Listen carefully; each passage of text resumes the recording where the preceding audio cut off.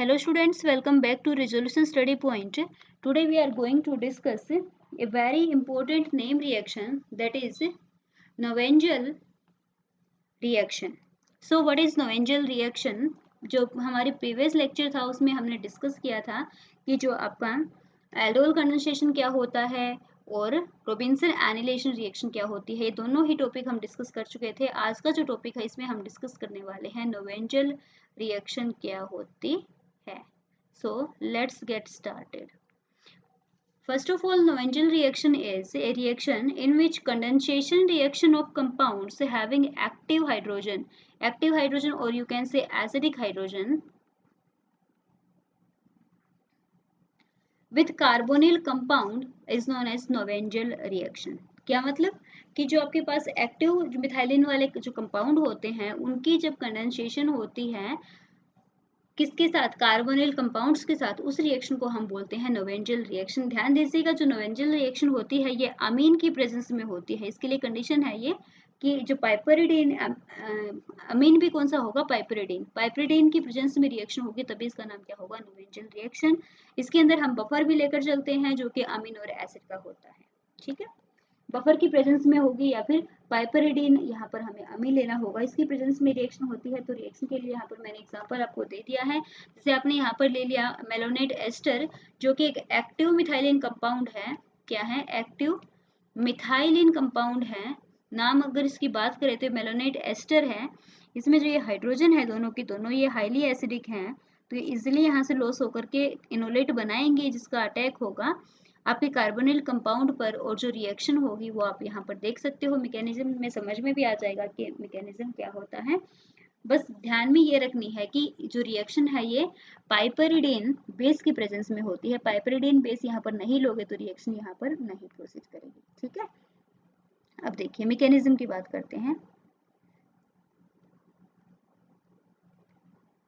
Mechanism के first step के अंदर जो भी आपका एक्टिव मिथाइलिन कंपाउंड होगा वो बेस उसके साथ रिएक्शन करके प्रोटॉन को एक्सेप्ट करेगा। क्या करेगा, प्रोटॉन को एक्सेप्ट करेगा।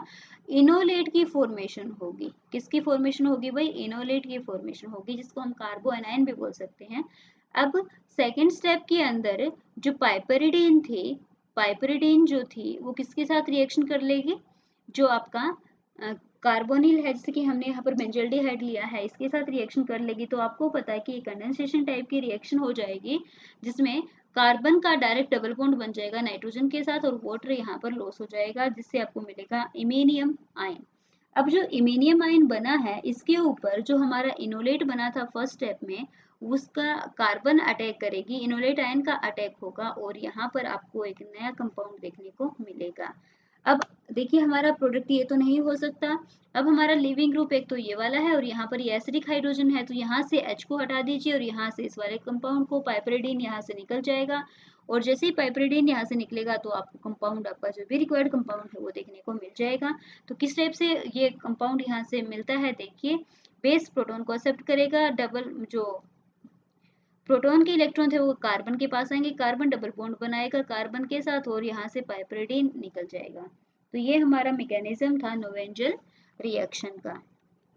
इम्पोर्टेंट मैकेनिज्म है, आप इसको ध्यान रखिएगा हमेशा कि रिएक्शन एक एक्टिव मिथाइलिन कंपाउंड की प्रेजेंस में होती है, चाहे आप मेलोनेट एस्टर लो या फिर आप एसिटो एसिटाइल एस्टर भी ले सकते हो, दोनों ही आपको सेम प्रोडक्ट देंगे। ओके, तो यहाँ पर देखिए, आप यहाँ पर भी अगेन रिएक्शन एक नोवेंजल रिएक्शन का ही एग्जांपल है। आपने कीटोन लिया, एक्टिव मिथाइलिन कंपाउंड के साथ रिएक्शन कराई, in presence of piperidine base.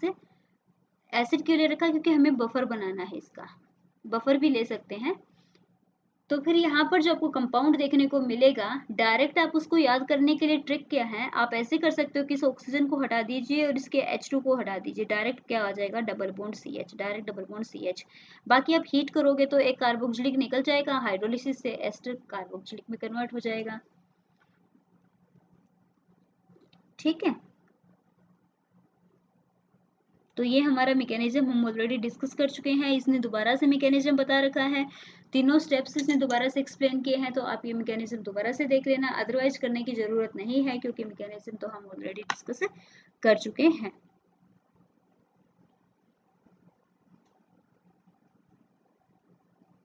तो ये हमारी रिएक्शन थी नोवेंजल रिएक्शन। आई होप आपको नोवेंजल रिएक्शन होती क्या है, क्या इसका मैकेनिज्म होता है, किस किस कंडीशन में होती है और एग्जाम्पल क्या होता है, ये समझ में आ गया होगा। अब हम अपनी नेक्स्ट रिएक्शन की बात करेंगे।